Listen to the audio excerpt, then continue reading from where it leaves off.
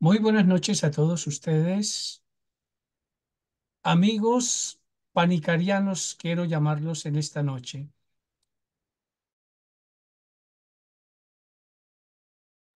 Estamos en la Semana Panicariana 2024 y por eso les enviamos un saludo a todos ustedes que han querido unirse a este encuentro en el que vamos a desarrollar una de esas intuiciones de Raymond Panikar que nos ayudan a todos en nuestro camino espiritual. La Semana Panicariana tiene como propósito difundir el pensamiento panicariano.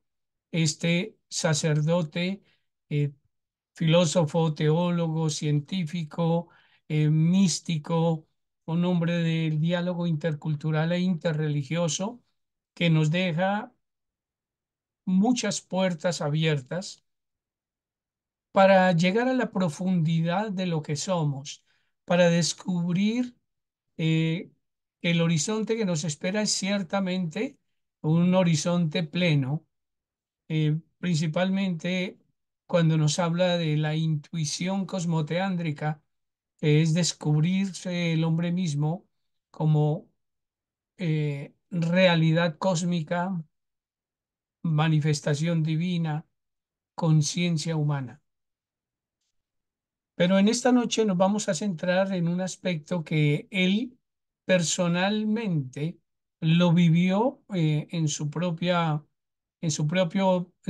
piel, porque desde muy joven él quiso ser monje y tuvo ese deseo, ese anhelo, y lo pudo desarrollar de otro modo, de un modo que no fue el monje institucional en un convento, en un monasterio eh, de paredes de piedra, sino que descubrió que el mundo, el universo era su monasterio. Y nos deja un mensaje maravilloso a todos nosotros y es cómo descubrir que todos nosotros podemos ser monjes, todos. Él lo vivió de un modo profundo, aunque fue un hombre que se llenó de actividades, fue profesor universitario, obviamente como sacerdote, director espiritual, estuvo lleno de tareas, pero fue también un gran intelectual, un escritor prolífico, una persona que dejó huella en diferentes aspectos, de diferentes modos de encontrarse con otras personas, con otras tradiciones, con otras formas de ver el mundo, y vivió desde esa realidad su monacato, porque descubrió cuál era el verdadero monasterio que debía encontrar y encontró ese centro que es al que está llamado todo monje. Vamos pues entonces a desarrollar eh, esta presentación, esta intuición de Raymond Panikar, que dejó escrita en su libro eh, El elogio de la sencillez, el reto de descubrirse monje, el reto de descubrirse monje. Y que, bueno, vamos a compartir las palabras introductorias porque desarrolla muchos aspectos en ese libro y después, además, en sus obras completas, lo complementa con visiones de los monjes de otras tradiciones, el monje en la vida cristiana y, en general, hacia dónde podríamos llegar cuando hablamos de llegar a ser un monje. Hoy día ya hablamos entre nosotros de los monjes urbanos. ¿Es posible esto o no es posible? ¿Cómo lo vivió Raymond Panikar lleno de tanta actividad, una tarea intelectual tan grande y además haber asumido todos los retos que esto le implicó? Vamos a irnos un poco por ahí y entonces quiero comenzar diciéndoles que él comienza este capítulo dando una cita del libro de los Proverbios, capítulo 10, versículo 9, donde dice, quien camina con simplicidad, camina seguro. Quien camina con simplicidad, camina seguro. Proverbios 10:9. Y entonces aquí ya apunta hacia el centro, a donde vamos y a donde debe ir una persona que quiera desarrollar esa dimensión profunda de ser un monje. Según Raymond Panikar, todo hombre es estructuralmente un creyente. Es decir, los seres humanos a veces juzgamos a otros y decimos eh, que somos unos los creyentes y otros no son creyentes. A Raymond Panikar no le gustaba esto porque dice, el hombre estructuralmente es un creyente. Por eso no ve bien y no está bien que separemos entre creyentes y no creyentes. Porque ¿quién dice que solo el que cree en lo que yo creo es el único creyente? Puede ser que yo crea en algo, pero el otro de pronto tiene otra fe u otro objeto de donde pone su corazón y donde pone su fe. Y entonces esto hace que nos miremos ya con mucho más respeto. Todos los hombres estamos buscando poner la confianza en una realidad que la llamamos de una manera u otra. Ciertamente hay unos que ponen su confianza más en estructuras humanas, en seres humanos, en pensamientos humanos, y ahí ya no compartirían lo que llamaríamos un proceso religioso. Pero igual el corazón humano sigue siendo creyente. Nosotros, por nuestra parte, podemos considerar nuestro entorno de creyentes, para hablar posiblemente de la mayoría que seamos aquí católicos o cristianos, pero también los hay budistas, hinduistas o de otras tradiciones, y en ellas encontramos una figura a la que llamamos el monje. Hay monjes budistas, hay monjes hinduistas, hay monjes cristianos, monjes musulmanes. El monje. Y por eso podemos decir que somos religiosos, no monjes. Los que normalmente estamos llevando nuestra vida cotidiana, religiosos, no monjes. Sin embargo, las palabras de esta sesión se dirigen al monje que hay en cada uno de nosotros, que es la intuición panicariana que vamos a desarrollar. Raymond Panikar, en su obra El elogio de la sencillez, describe al monje como un arquetipo universal que trasciende religiones y culturas. Para Panikar, el monje representa la búsqueda de la simplicidad y la plenitud del ser, una vocación que puede resonar en cualquier persona, independientemente de su contexto religioso o cultural. Todos podemos entonces ser monjes. Hablar del arquetipo del monje puede sonar ambiguo porque no se refiere propiamente a lo que Carl Jung presenta como arquetipos. Jung propuso dos ideas clave, y esto quiero comenzar desde ahí para que lo clarifiquemos: el inconsciente colectivo y los arquetipos. El inconsciente colectivo es como una especie de depósito de conocimientos y experiencias compartidas por la humanidad a lo largo de las generaciones. De eso habla de Carl Gustav Jung. Es como una reserva de patrones universales que influyen en nuestra psique, según él. Y los arquetipos, dice Jung, los arquetipos son imágenes, símbolos, tendencias comportamentales que forman parte de nuestro inconsciente colectivo. Representan patrones básicos universales que se manifiestan en mitos, en sueños, en religiones y en la forma en que percibimos el mundo. Estos arquetipos, dice Jung, influyen en nuestra forma de pensar, de sentir y de actuar. aunque no siempre somos conscientes de ellos, moldean nuestra personalidad y nuestras relaciones. Y encontramos unos eh, arquetipos que deja Carl Jung, y esto pues lo han estudiado pues las personas dedicadas a la psicología, al psicoanálisis.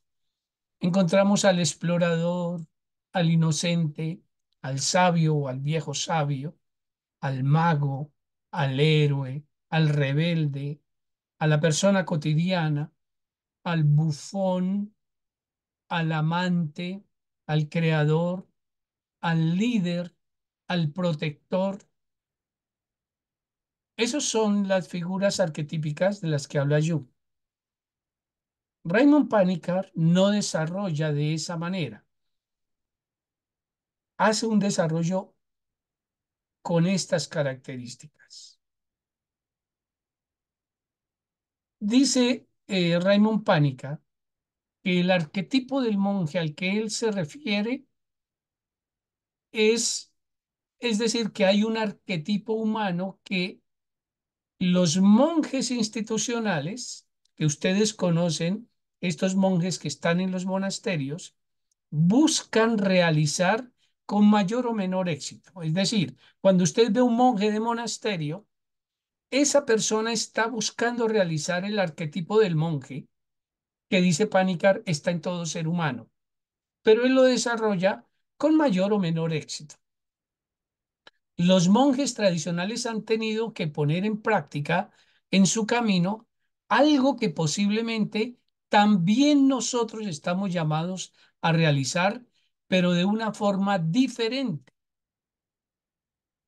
Aquí empieza la clave de lo que nos quiere decir Pánica.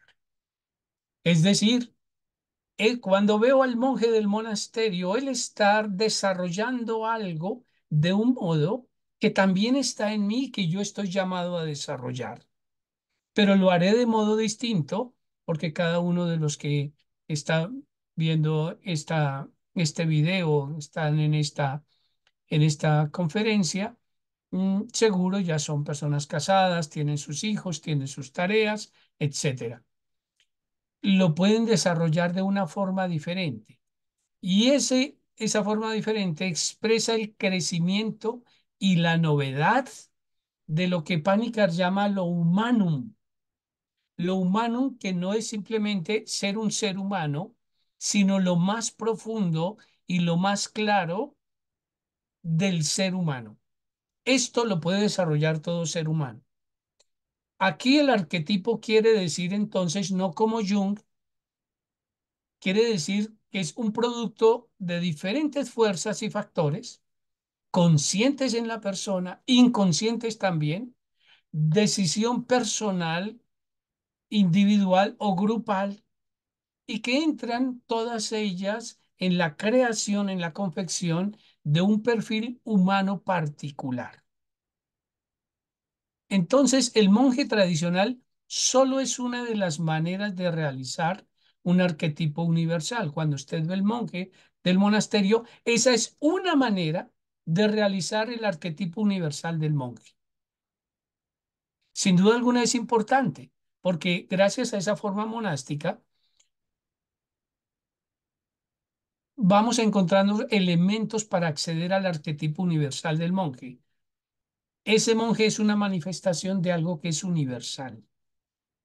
Eso nos permite hablar del arquetipo universal del monje siempre que no congelemos el dinamismo interior de la dimensión monástica, es decir, siempre que no creamos que solo como vive el monje en el monasterio es la única manera de ser monje. Y nos permite entonces, dice Panikar, hablar del nuevo monje, un monje que está emergiendo en el siglo XXI cada vez con más fuerza, aunque esto ya venía obviamente del siglo XX, hay una gran aparición de toda esta realidad monacal en la vida de personas que no están en un monasterio.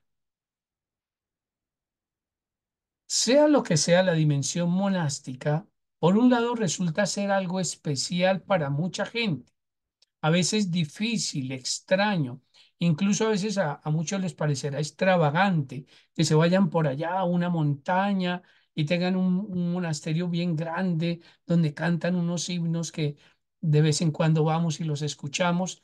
Eh, y también pueden ser el reflejo de un inconformismo social y cultural diciendo nos apartamos del mundo. Por otro lado, es algo tan humano cuando vemos a un monje tradicional y descubrimos eso que hace con profundidad, porque trabaja también las manualidades, está en un huerto, pero también ora, también se encuentra con los otros. eh, Está de esa manera proclamando la vocación última de todo ser humano, como lo que toda persona debería ser o está llamada a ser de una forma u otra, tarde o temprano. Tomar conciencia de esta polaridad nos pondrá en buen camino para asumir nuestra propia consagración en cualquier camino de la existencia, es decir, en cualquier vía de mi existencia, de las existencias humanas, podemos llegar a la consagración como monjes. Con seguridad, algunos han experimentado una continua soledad interior que han buscado comprender por qué me siento solo. A veces incluso como que no encuadro en realidades que me son familiares o simplemente que han sentido siempre, se han sentido como monjes, pero monjes sin monasterio, es decir, sin muros, salvo los del planeta entero. O sea, el mundo sería su monasterio. E incluso los límites del monasterio tendrían que ser trascendidos sin llevar un hábito, sino los vestidos comunes de la familia humana. Y también esos vestidos debían ser descartados porque todos los vestidos culturales no son más que revelaciones parciales de lo que ocultan. La desnudez pura de la transparencia personal, total, visible solamente a la mirada simple de los puros de corazón. Es decir, no se trata de ponernos un hábito externo, ni siquiera identificarnos con una forma cultural externa, sino que podamos, en medio de la cultura que sea y con la vida que llevo, ser tan transparente y que los puros de corazón precisamente descubran allí lo profundo. Por monje es necesario que sepamos que entendemos. La palabra monje procede, la palabra monje no es una palabra cristiana. La palabra monje es una palabra del griego que se llama el monacos y se entiende aquella persona que aspira a alcanzar el fin último de la vida con todo su ser, renunciando a todo lo que no es necesario, es decir, concentrándose en este único y singular objetivo. Precisamente esa dedicación unívoca, o más bien la exclusividad del fin que descarta todos los demás fines, por buenos que sean, legítimos que sean, esa dedicación exclusiva para alcanzar ese fin último de la vida con la plenitud de su ser es lo que caracteriza propiamente al monje. Y eso que buscamos es la perfección, que otros podrían llamar la salvación. Entonces el monje se encuentra como mínimo en el estado de deseo de ser liberado de aquello que no le deja ser auténticamente él. Por eso muchas veces siente la soledad, siente que su realidad no encuadra en todo lo que le ha tocado vivir, que tomó unas decisiones en su vida que lo llevaron a vivir ciertas realidades, pero que muchas veces no encuadra allí y siente una profunda soledad. Y entonces siente el deseo de ser liberado. Un monje está en ese continuo deseo de ser liberado, pero también está tan concentrado en eso que renuncia a los frutos incluso de lo que hace. O sea, un monje que está trabajando en este propósito no quiere simplemente satisfacerse en el gusto de las cosas que realiza, sino que sigue buscando la profundidad, distinguiendo lo real de lo que no es. El monje va aprendiendo a distinguir lo que es ilusorio en su vida, lo que pasa por su corazón, por su mente y por sus acciones que realmente no tienen el peso de la realidad. El monje se muestra radical y exclusivo en esa tarea. Ignora todo lo que no le sirve, todo lo que no sea el camino que lo conduce a esa perfección, para el monje carece de interés. Dice Panikkar, nuestra tesis es que el monje es la expresión de un arquetipo que a su vez es una dimensión constitutiva de la vida humana. Y ahí es donde debe resonar para todos esta palabra. El monje es la expresión de un arquetipo que a su vez es una dimensión constitutiva de la vida humana. O sea, no es si a usted le gustaría ser monje o como que usted simpatiza con los monjes, es que es una dimensión constitutiva de la vida humana. Así la presenta como una tesis Raymond Panikkar. Este arquetipo es una cualidad única de cada persona que requiere y al mismo tiempo rechaza la institucionalización. Y ojo con esto, porque hay a veces una intuición de querer ser monje, pero llega un momento en donde cuando la cosa se institucionaliza, allí se empieza a perder la fuerza de su búsqueda. Los grandes monjes siempre se han sentido incómodos cuando el monje se convierte en una figura reconocida por el mundo y hasta recibe la bendición de la sociedad. Ser monje es una aventura personal. Por eso la tradición ha considerado en esa línea al eremita como el monje perfecto, porque va tan dedicado y centrado a esto que solo busca ese punto de perfección y de equilibrio. Entonces tendremos que hacernos una pregunta difícil y que solo puede responderse parcialmente, que se refiere no a lo que los monjes piensan de sí mismos o que piensa la sociedad de ellos, sino a qué los ha impulsado, en definitiva, a abrazar el monaquismo, no simplemente a sus motivos psicológicos, sino en lo posible a qué profundo anhelo había detrás de esa búsqueda. Un monje no llega a ser monje entonces por un proceso de reflexión o por un simple deseo, no sé, de encontrar a Dios o de ser un hombre perfecto, sino que llega a ser monje como resultado de una exigencia personal, fruto de una experiencia que eventualmente lo conduce a hacer un cambio, a romper con algo en su vida, a lo que se llamaría la metanoia o la verdadera conversión, por amor a eso que abraza o trasciende todo lo demás. Se, se entrega de tal manera que allí pone toda su existencia. Por lo tanto, el monje no se hace monje para hacer algo, para alcanzar algo, sino para ser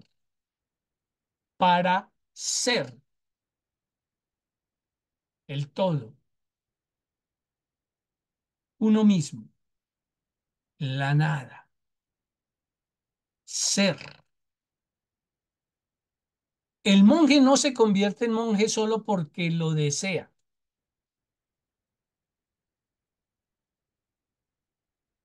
No es un deseo que nace, es una aspiración, es una exigencia. Nadie se hace monje porque quiere serlo, sino porque internamente se siente obligado. Es un impulso que lo obliga a esa búsqueda. Una experiencia que solo puede articularse en la práctica de la vida, de su propia vida. Se encuentra con la gran dificultad muchas veces de que va a sentir un gran dolor porque aspira a ser monje, sabe que tiene que liberarse de muchas cosas, no lo es todavía, pero por otro lado, sabe que está en el camino. La espiritualidad monástica ha desarrollado ese tema de la iniciación en la vida monástica con preferencia a cualquier otro tema. Es un aspirante a la perfección, el perfecto. No estamos diciendo que los monjes sean perfectos como seres humanos especiales, perfectos, donde hay que ir a buscarlo, sino que está buscando la perfección con toda su dedicación. Ese es el monje. Es una tensión entre la experiencia de la plenitud, por un lado, y el camino de llegar a ser plenamente, por otro lado. Eso es lo que busca el monje. Es una dimensión humana. ¿Y por qué no todos nosotros hemos prestado siempre atención a esto? Porque solemos cruzarnos en la información que recibimos en nuestra vida, contraponiendo esa búsqueda interior con todo lo que se nos ofrece en el entorno. Esto no es exclusivo de los cristianos. De hecho, la palabra, ya lo decía, la palabra monje no es de origen cristiano, el mónacos. La mayoría de las tradiciones dicen que el monje, pues es allí el arquetipo de esa búsqueda de perfección. Y en el caso del cristianismo, es el único digno sucesor del mártir. El monje es el único digno sucesor del mártir. Por eso se le ve como el cristiano perfecto, el que busca la perfección, el hombre perfecto. ¿Y en qué consiste esa perfección humana? Miren, Panikkar utiliza un ejemplo muy interesante y es el el de los ángeles. Dice, mire, los ángeles, cada ángel desarrolla en sí mismo lo que podríamos decir en la palabra la angelicidad de su orden particular. El ángel es plenamente el ángel. En él está toda la angelicidad. De tal modo que cada ángel es un ángel completo en la medida en que lo puede ser. Cada ángel agota la naturaleza de ser ángel. En cambio, los seres humanos no hacemos eso. Ningún ser humano puede en sí mismo agotar lo humano, porque lo plenamente humano está lleno también de contradicciones. Plenamente humano tendría que ser una persona que a la vez sea una cosa y sea otra, viva de un modo y viva de otro, asuma visiones de una manera y de otro. Y nadie puede lograr eso. En ese sentido, ningún ser humano asume la humanidad plena. Nosotros, como seres humanos, podemos desarrollar un aspecto de esa humanidad y allí descubrir lo profundamente humano. Es decir, nadie lo va a poder hacer plenamente, pero en lo que podemos desarrollar podemos encontrar la plenitud de la humanidad del aspecto o en el aspecto en que estoy. Un padre de familia que vive con profundidad su consagración profunda buscando esa plenitud de ser, viviéndolo como padre de familia, puede encontrarlo. Y no va a ser lo mismo que lo vive una persona que lleva otro estilo de vida, un religioso o un sacerdote. Pues no es lo mismo. Pero el sacerdote viviendo plenamente es su sacerdocio, vive plenamente su humanidad como sacerdote. Sin embargo, sabe que no se agota en él la humanidad porque no es la misma vida del padre de familia y no es la misma vida del que se dedica a la ciencia y no es la misma vida del que se dedica al arte y no es, cada uno lo desarrolla de una manera plena. No es la esencia de la humanidad, sino la existencia única e incomunicable de la persona allí realizada plenamente. Un número indefinido de personas puede realizar cada una de un modo único su propia perfección. La humanidad tiene muchos aspectos. La humanidad perfecta no existe, repito. ¿Qué hay que hacer? Hay personas que actualizan sus potencialidades que han sido dormidas y otras que no. Hay otras personas que alcanzan un alto grado de humanidad, por así decir, dice Panikkar, y otras que no cambian. La naturaleza humana perfecta es una contradicción en sí misma. Tendría atributos contradictorios si quisiéramos abarcarlo todo. Entonces hay que llegar al elemento central y es lo humano, lo humanum que llama Panikkar. Ese núcleo de la humanidad que puede ser realizado de tantas maneras como seres humanos hay. Cada ser humano está llamado a lograr ese humano profundo de diferentes maneras, siempre y cuando lo busque realizar del modo, del estilo de vida, llamaríamos hoy, del camino que escoja para su existencia. Lo humano no existe en la forma particular de cada persona individual que consigue realizar la plenitud del ser. Y entonces encontraríamos monjes médicos, médicos monjes, en el sentido en que un monje médico puede ser un monje que está en un monasterio, que aprendió medicina y entonces atiende médicamente a los monjes de su monasterio. Pero el médico que descubre lo humano de su existencia y busca realizarlo plenamente viviendo como médico, ese es un monje. La humanidad es una, lo humano no existe en la forma particular de cada persona individual que consigue realizar la plenitud del ser, insiste Panikkar. Que esta plenitud consista en perderse, en fundirse con el Espíritu Supremo en una total aniquilación, siempre será lo humano para esa persona en particular. Allí lo vivirá plenamente. En ese sentido, cada ser humano tiene que conquistar lo humanum de una forma única y personal. Debe hacer un trabajo. Con seguridad necesitará guía, pero ningún monje se podrá parecer a otro, porque ninguna existencia humana es igual a otra.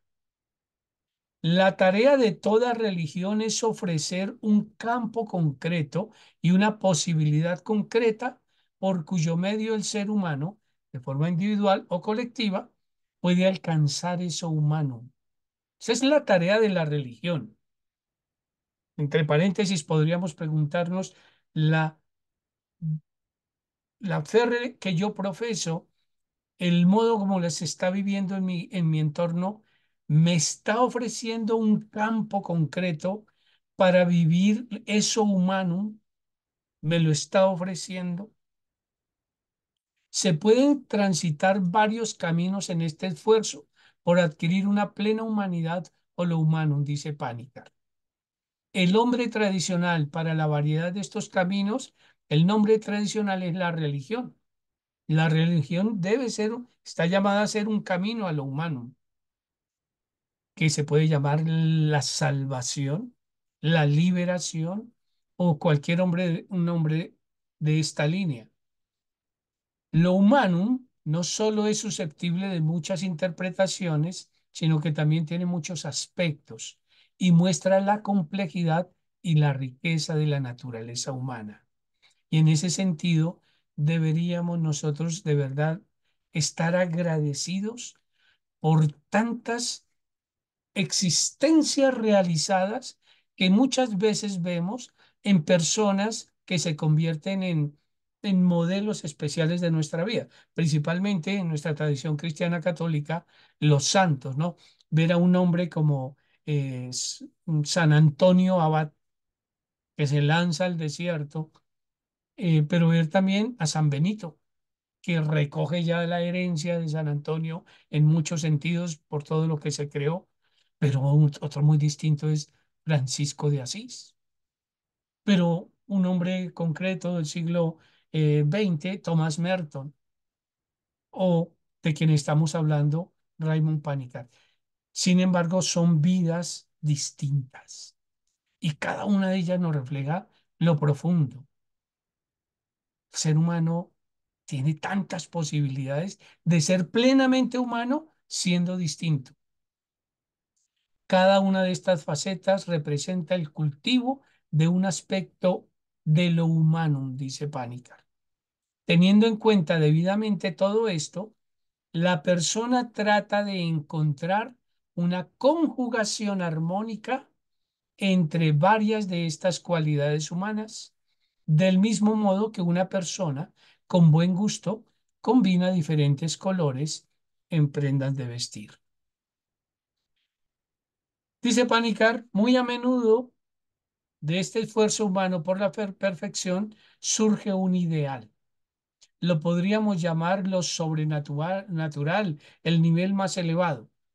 La mayoría de las tradiciones religiosas ha optado por salvar eso humano y elevándolo al destino sobrehumano de lo sobrenatural. Pues muchas virtudes humanas pueden convertirse en obstáculo para fines más altos y tras haber experimentado la incompatibilidad de muchas de estas cualidades humanas deseables, por eso es que ponen allí lo humano como algo que hay que salvar, algo que debe ser plenamente para todo ser humano. Hay que tener cuidado con creer que llegar a eso humano perfecto sería como pasar por encima de las cosas naturales de mi vida como, como lo cotidiano. Que para que yo sea perfectamente, sea un hombre perfecto, debo dejar lo que me es natural.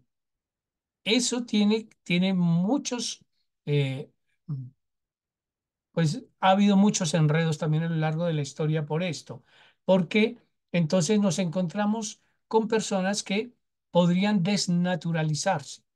Por ejemplo, en un monasterio, como encontramos en la historia, personas que simplemente entendían que su cuerpo no era importante porque el contexto se lo decía y para ser un buen monje debería odiar su cuerpo y entonces deja y ya no responde a la naturaleza encarnada que vive. De eso incluso quedan todavía rasgos, aunque hoy día se maneja mejor. Dice y en otras escritos, dice Panikkar, dice, por ejemplo, el cuerpo, cómo el cuerpo se desprecia en general en muchos procesos de búsqueda de lo humano. Dicen, nosotros, los, eh, los occidentales, usamos vestidos especiales, los monjes usan vestidos especiales como para cubrir su corporalidad y negarla, como que se queda el vestido para mostrar lo que somos. En cambio, encontramos en Oriente monjes que viven prácticamente desnudos y sin bañarse. También para, de esa manera, despreciar su corporalidad. Dice, en ambos casos hay un desprecio de lo natural. Y entonces, por apuntar a una visión de lo sobrenatural, no recogemos adecuadamente lo que nos es propio de la naturaleza. Y él dice, en esto la humanidad a veces crea situaciones muy extrañas buscando esa perfección. Entonces es necesario llegar, dice Panikkar, a una y otra vez a buscar qué es realmente lo humano sin que deje de ser verdaderamente un ser humano. La búsqueda de lo trascendente caracteriza al hombre religioso, al homo religiosus, pero todavía no hemos llegado al monje. El monje no es ni el hombre en camino hacia lo humanum, ni el hombre religioso en búsqueda de lo sobrehumanum o sobrenatural. El arquetipo del cual el monje es una expresión corresponde a una dimensión de esto humano que nosotros buscamos. De modo que todo ser humano tiene potencialmente la posibilidad de realizar eso humano, todo ser humano. La dimensión monástica tiene que ser integrada con otras dimensiones de la vida humana para realizar lo humano. Por eso no nos podemos volver extraterrestres. Para que yo llegue a ser el gran monje, me tengo que volver un extraterrestre. No, se debe integrar con otras dimensiones de la vida humana. En esto hay otros autores que han desarrollado concretamente qué, eh, qué aspectos deben ir uno al lado del otro sin perder lo fundamental para llegar a este horizonte que nos traza Raymond Panikkar. Este es el arquetipo que bajo diferentes nombres encontramos en la mayoría de las tradiciones humanas. Ahora, muchas veces lo hemos visto y quienes hemos tenido la posibilidad de encontrarnos con monjes en monasterio, de compartir una experiencia en un monasterio, de escuchar también cuáles son los lamentos de algunas personas que están en monasterio, monjas o monjes, y se encuentra es que el hecho de haberse institucionalizado por las normas, las constituciones, las reglas de la comunidad, mucho del fuego que hay en el monje se tiende a apagar. En un marco institucionalizado, el monje sufre a menudo por el hecho de que sus impulsos vitales hacia la plenitud humana resultan simplemente frustrados porque están incluidos en la institución global y a veces son sacrificados en beneficio de la institución global. Es decir, si un monje quisiera desarrollar más un aspecto de su vida monacal, no lo puede hacer en esta comunidad porque esta comunidad no desarrolla ese aspecto. Y digámoslo así, sufre que ese aspecto que debería desarrollar dentro de su propia humanidad quedó frustrado por el marco institucional en el que está el monje. Am- Dice Panikkar, la experiencia demuestra que demasiado a menudo sucede que el monje busca fuera del monasterio la perfección humana a la que aspira dentro del monasterio. Entonces, no es que Raymond Panikkar eh, tenga deseche o niegue la importancia de los monjes institucionalizados, solo que se verifica que en la institucionalización de los monjes muchas cosas por cuidar el grupo, la globalidad del grupo, se pierden. ¿Qué es lo fundamental entonces del monje? Y esto para ir cerrando. Lo fundamental del monje, que también por ahí está el nombre monos, es buscar lo uno, lo que aparece en el Evangelio como lo único necesario, lo que le decía Jesús a María, lo único importante, ella lo está buscando. Entonces, lo fundamental del monje es la búsqueda de su centro.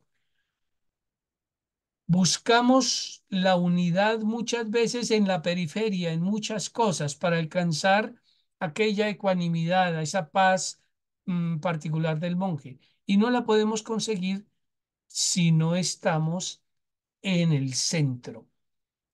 Tomamos distancia, diríamos, una indiferencia equidistante de todo para que yo me ubique en el centro. No es que niegue lo otro, sino que tomo la adecuada distancia. En la medida en que intentamos unificar nuestras vidas alrededor de ese centro, todos tenemos algo de monje. Voy a repetir esta frase porque por aquí ya voy cerrando esta exposición de Raymond Pánica. En la medida en que todos nosotros estemos intentando unificar nuestras vidas alrededor de ese centro, todos tenemos algo de monje. Este centro es inmanente a todo ser humano, todos lo tienen. La cosa es que no lo hayan descubierto. Pero al mismo tiempo, como todavía no lo hemos alcanzado, se nos vuelve trascendente, porque es algo que no lo ha alcanzado, no lo ha alcanzado. Es una dimensión profunda que hay en nosotros. Pánica la llama una dimensión antropológica. Y entonces los monjes ciertamente están en esa búsqueda, los monjes institucionales nos lo reflejan, pero yo lo puedo asumir como camino personal. Yo les diría a ustedes que por la misión que tenemos cada uno de nosotros, ha de ser buscar el centro, que también lo llamamos Dios. El problema que tenemos a veces un poco con la palabra Dios es que a Dios lo volvemos un tercero distante. Ayer fue la fiesta de San Agustín que decía, lo más íntimo de mí mismo es Dios. Mi centro profundo es Dios, de tal modo que yo ya no voy fuera a buscarlo, sino que ese centro es Dios. Y en ese centro, desde allí, vivo mi humanidad, lo humano. Se trata entonces de encontrarnos con nosotros mismos, ser personas capaces de hacerlo a través de una meditación de esa naturaleza profunda a la que estamos llamados y de la contemplación de una realidad que me inunda y que desborda mi propio ser.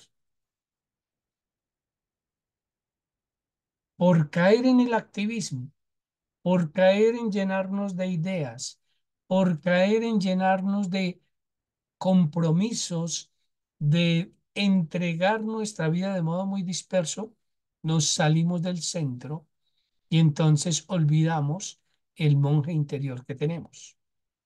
La invitación es descubrir ese centro para ser monjes en la vida que nosotros estamos viviendo. Hago una acotación porque muchos podrían pensar, pues si es buscar a Dios, es obviamente una, un camino de fe, es creer en Dios. No, no es creer en Dios, es descubrir esa presencia divina en el centro de mi propio ser, que es lo que me identifica plenamente humano y por lo tanto un hombre en la búsqueda de la perfección, un ser humano en la búsqueda de la perfección. Hasta aquí mis palabras para esta exposición y suspendo aquí la grabación. Padre Víctor, aprovecho de saludar a todos los que nos acompañan, que estamos queriendo abrirnos, eh, no desde lo intelectivo, sino a través de la palabra que escuchamos de Raymond Panikkar, interpretada por el Padre Víctor, descubrir y encontrar con algo que experiencialmente y vivencialmente está dentro de nosotros y de nosotras. Yo quisiera, también para que podamos abrir el diálogo y las preguntas, tal vez hacer como dos pequeños comentarios. Uno que no está en el texto de Panikkar, pero que de alguna manera lo atraviesa, eh, que es esta paradoja y que está muy presente en el mito del Génesis, de la creación del cosmos y de las criaturas y del ser humano, que es que lo que nos hace humanos es algo más que humano. Los seres humanos no somos ni ángeles ni bestia, somos otra cosa. Eh, entonces hay algo que nos habita, que no es nuestro, pero que nos hace más nosotros mismos. ¿Y qué quiero decir con esto? Y esto sí es pánica, que el horizonte de la vida monacal, entendida como esa dimensión de la vida de cada ser humano, es reconocer el silencio que nos habita, si es que llamamos a Dios con ese símbolo, que no es una cosa, eh, que es ese fondo desde donde surge nuestra vida y que está dentro de nosotros, y por eso Agustín puede decir desde su experiencia, Dios es lo más íntimo que mi propia intimidad, ese silencio que nos habita es el que, con el cual buscamos abrirnos como si fuéramos un cuenco vacío que nos llena de vida para poder devolverla, porque lo más profundo también nosotros somos ese silencio. Silencio que no es ausencia de palabra, silencio que no es ausencia eh, de concretud, sino silencio que es la contracara de el logos, de la manifestación, de la vida que se expresa. Y que una manera tal vez más complicada de decir lo importante para todo ser humano, eh, de dejarnos habitar por ese silencio y que supone prácticas muy concretas como por ejemplo las que se realizan acá en Salmos. Y lo segundo es que junto con ese silencio hay un segundo elemento muy importante que tiene que ver con lo que podemos llamar la honestidad o lo sincero. Hay un principio etimológico, aunque bastante discutido, que la palabra sincera, la noción de sinceridad, viene de el mundo griego, que sus esculturas, que siempre eran esculturas pintadas, nosotros las hemos visto blancas, pero en su origen eran esculturas siempre pintadas, y para poder pintarlas, cuando había alguna rotura, alguna, eh, algún error que había hecho con el cincel el artista y que quedaba una fractura o un surco, le ponían cera para después poder pintarlo. De ahí viene esto de que la honestidad y la apertura de mi corazón sea lo sincero, o sea, que yo muestro mi rotura, muestro mis fracturas. Entonces, ser habitados por el silencio supone que yo entre en lo más verdadero de mí para que Dios o ese silencio habite tal cual yo soy. Entonces, la perfección no está asociado a que yo sea impecable o que sea una escultura sin ninguna fractura, al contrario, mi propia biografía, mi propia historia, llena de roturas y fracturas, y entrado con esa sinceridad, con ese silencio que también hemos llamado amor, que nos habita, es lo que nos hace encontrar la plenitud de la vida y en tanto perfección. Entonces, la plenitud y la perfección del monje tiene que ver con lo sincero, con lo honesto, eh, permitiéndole al espíritu entrar en nosotros, un espíritu que es silencioso y por lo tanto no irrumpe, no rompe, sino al contrario, lo que está roto lo sana, lo vergonzoso lo cuida, lo que está lleno de vida lo hace fructificar. Entonces el camino de perfección es un camino de sinceridad, abriéndonos a algo que es más que humano, que paradójicamente es lo que nos hace más humano cuando nos dejamos habitar por ello. Y ese es un aspecto de la vida, de la dimensión monacal de todo ser humano, de todo hombre y toda mujer que tiene la posibilidad y el regalo de abrirse como un cuenco vacío para ser llenado y colmado de esa plenitud de vida para poder devolver la vida. Eso es lo que yo quisiera aportar al diálogo. Le agradezco al padre Víctor que me sume a esta conversación y que podamos seguir conversando y dialogando con los que están ahora online. Bueno, entonces el padre Nemo Castelli, chileno, panicariano, y que en este momento está desarrollando estudios en Irlanda. No se vino a nuestra semana panicariana. Veme con la cámara aquí, nos organizamos mejor.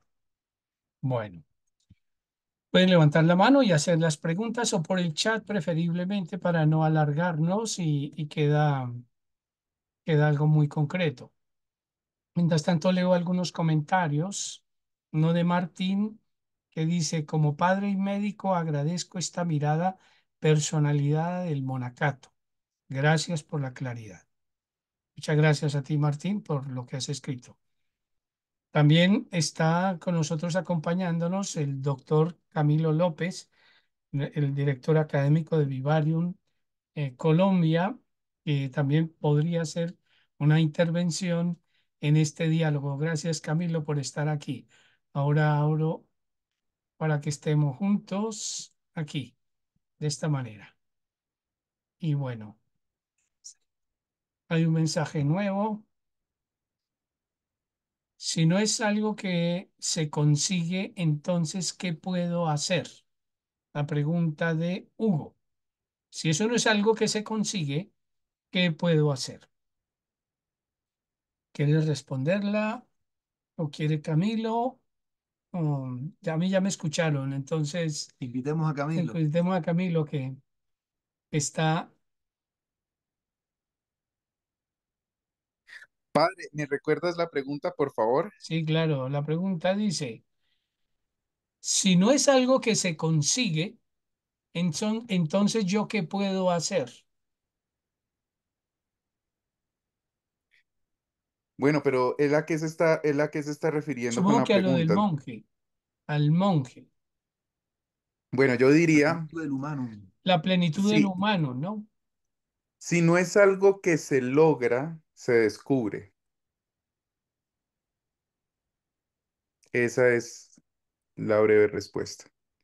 Si no es algo que se logra, si no es algo que se consigue, ni se conquista, se descubre. Que es lo que Panikkar menciona en su libro La Nueva Inocencia, que no es recuperar la primera ni conquistar una segunda, sino ser conscientes y estar en la capacidad, en la disposición y en la apertura por descubrir esa nueva inocencia.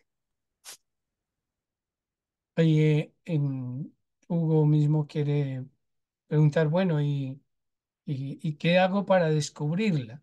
Pues bueno, ya en estas palabras de Pánica, lo que nos iba diciendo es que estamos tan dispersos, disparando hacia afuera, buscando fuera, que, que no lo voy a encontrar allí. Es necesario, y por eso Él nos envía nuevamente a asumir una actitud de recogimiento, una actitud de silencio y de contemplación para descubrirlo, para descubrir. Padre, ¿puedo decir algo más? Sí, además, no faltaba más. Qué pena. ¿Qué debo hacer? Nada, nada. Hay un pequeño cuento de Anthony de Melo, creo que es el más conocido de Anthony de Melo, de un pez muy joven que va en el mar teniendo sus búsquedas y se encuentra con un pez muy viejo, muy sabio. Entonces este pez joven le dice, ¿cómo estás? El pez anciano y sabio le pregunta, ¿qué buscas? Y él le dice, busco el océano. Y, y el pez anciano le responde, pues el océano es donde estás. Y él le dice, pero es que yo no veo sino solo agua, veo mucha agua. Es un cuento muy sencillo, pero que expresa esto de el descubrir la plenitud de la vida. No se conquista porque no vamos hacia algo que no tenemos. No se logra porque no hay que ir a un lugar en el que no estamos. Ya estamos aquí. Ya se está realizando en nosotros y lo único que espera es nuestra apertura para reconocerlo. Y para eso no hay que hacer nada. Es como tener el puño cerrado y si yo no, si yo dejo de forzarlo, la mano se abre. Creo que es esos dos ejemplos, el del pez y el de la mano, el puño que se abre, demarca mucho más disposición, docilidad y apertura para descubrir. Gracias, Camilo, muy amable. Creo que con este ejemplo, además gráfico, nos ayudas a comprenderlo mejor. Pregunta Milena, ¿descubrir el arquetipo del monje es encontrar el silencio en todo cuanto se hace, se dice o se siente durante la existencia?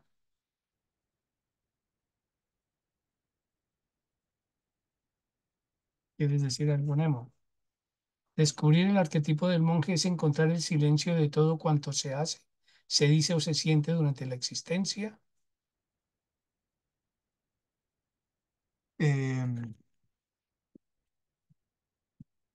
Yo diría, es una bonita formulación en camino porque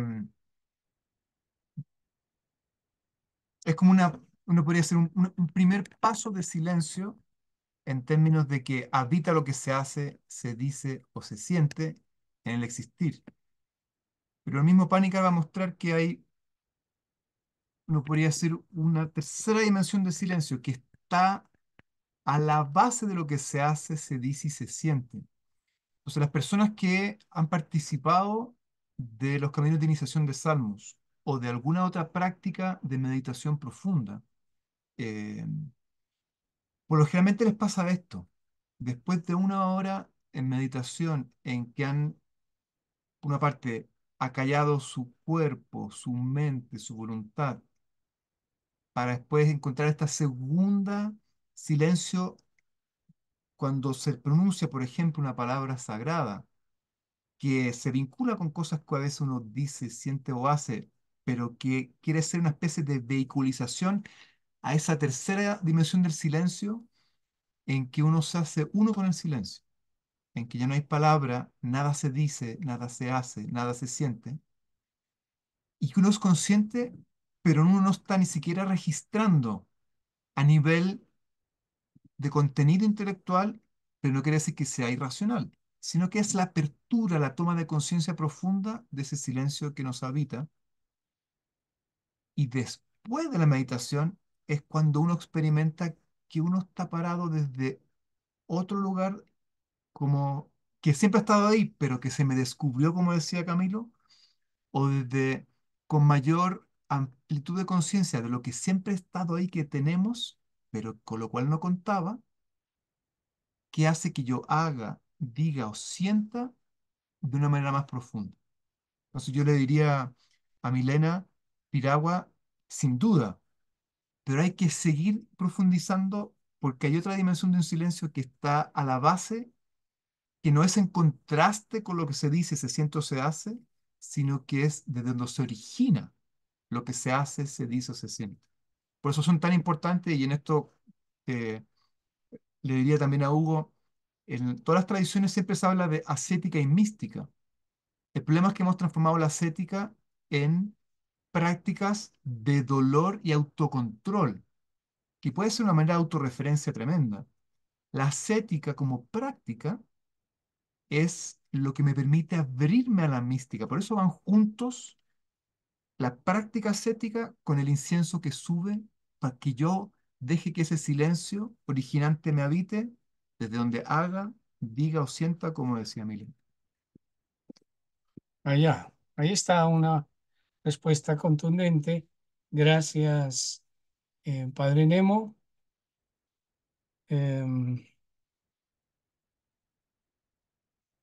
Aquí pregunta, si se consigue, ¿por qué es por la gracia de Dios que llegamos a la plenitud? Pregunta María Eugenia. La gracia.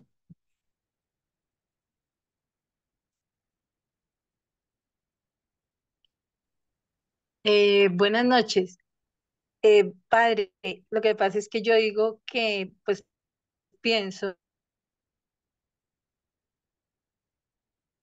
y